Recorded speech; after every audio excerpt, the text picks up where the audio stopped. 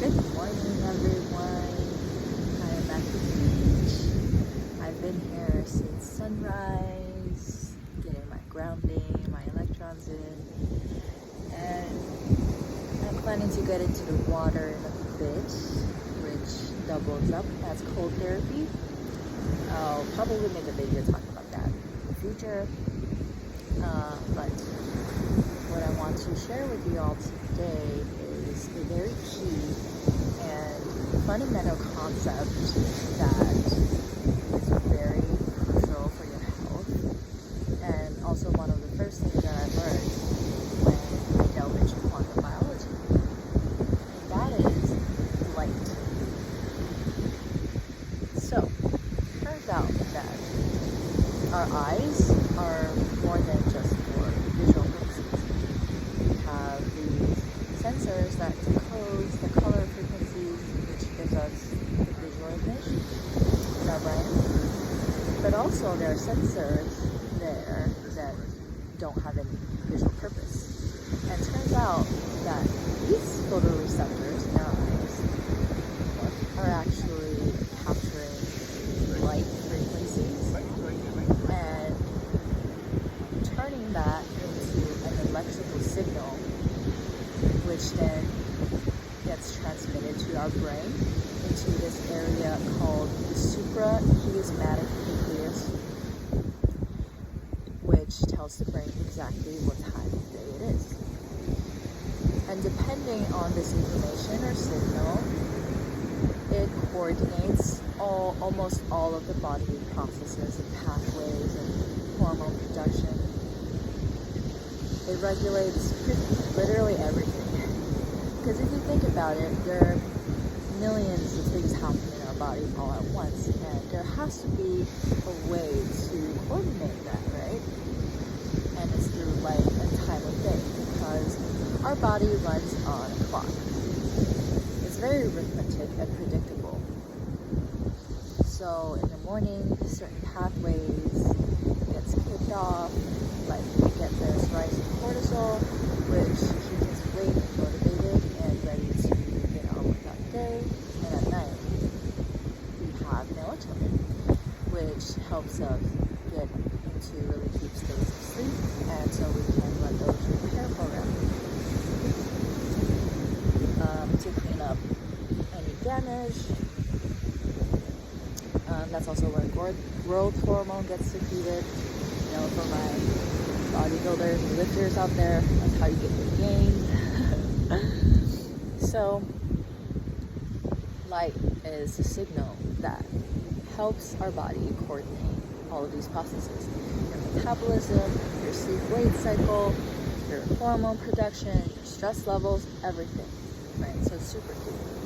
And the problem with modern living is that most of us are indoors most of the time under these LED fluorescent light bulbs, which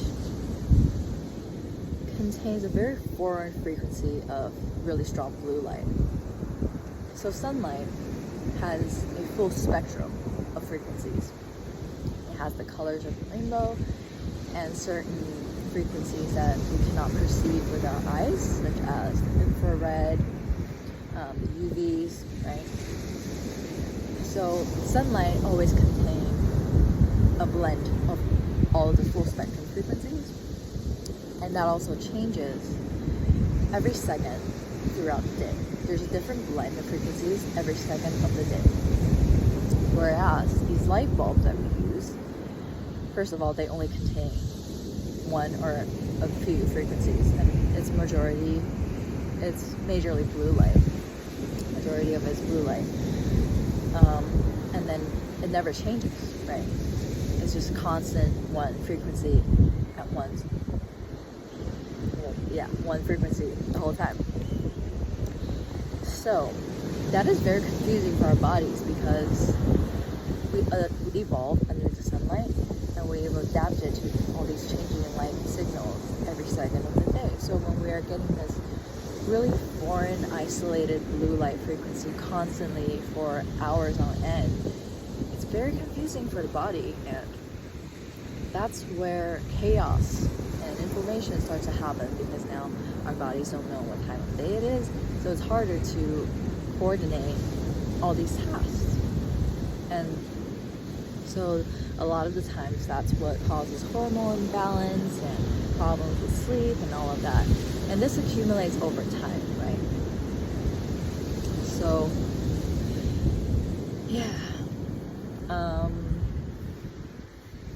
So what I suggest that you do after learning about this information is first get outside as much as you can under natural light, and it has to be with naked eyes, right? No glasses, no sunglasses, no contacts, because all of those things will block some of those light frequencies from coming in.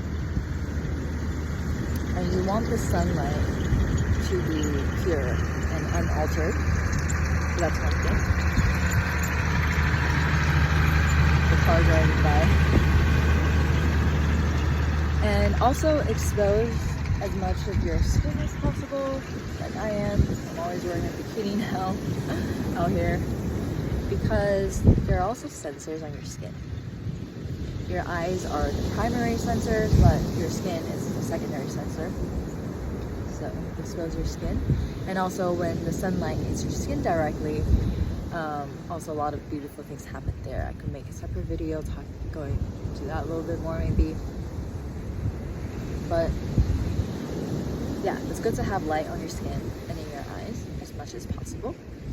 And second, I think the most important thing is to block blue light after sunset, because after sunset there is zero blue light present.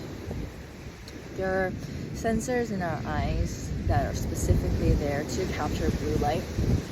When they stop perceiving blue light, that's when your body starts to produce melatonin.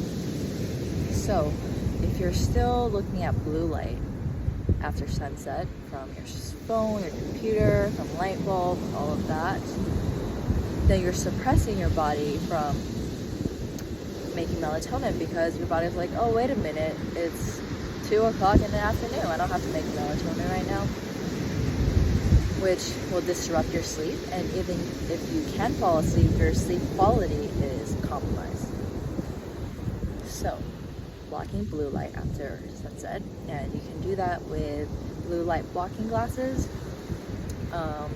For at night, you want to use the super orange ones to make sure that you're blocking all the blue light. And then if you need to turn the light on, there are red light bulbs, blue light free light bulbs that you can get, or you can always light a candle. If you're looking at a screen, there's a software that you can download on your computer called Flux, and you can adjust the setting to make your computer completely red. And on your phone as well. On the iPhone, you have to change the setting manually, but you can make your screen red as well. And I think on the Android, there's an app that you can download. I believe it's called Twilight, but I'm not sure. I believe there's an app that you can download to put that red filter on your phone. So, blocking blue light after sunset, very important. And third, I think it's important to try and sync up your schedule with the sun. And what I mean by that is try to wake up around sunrise and go to bed no later than 10 p.m.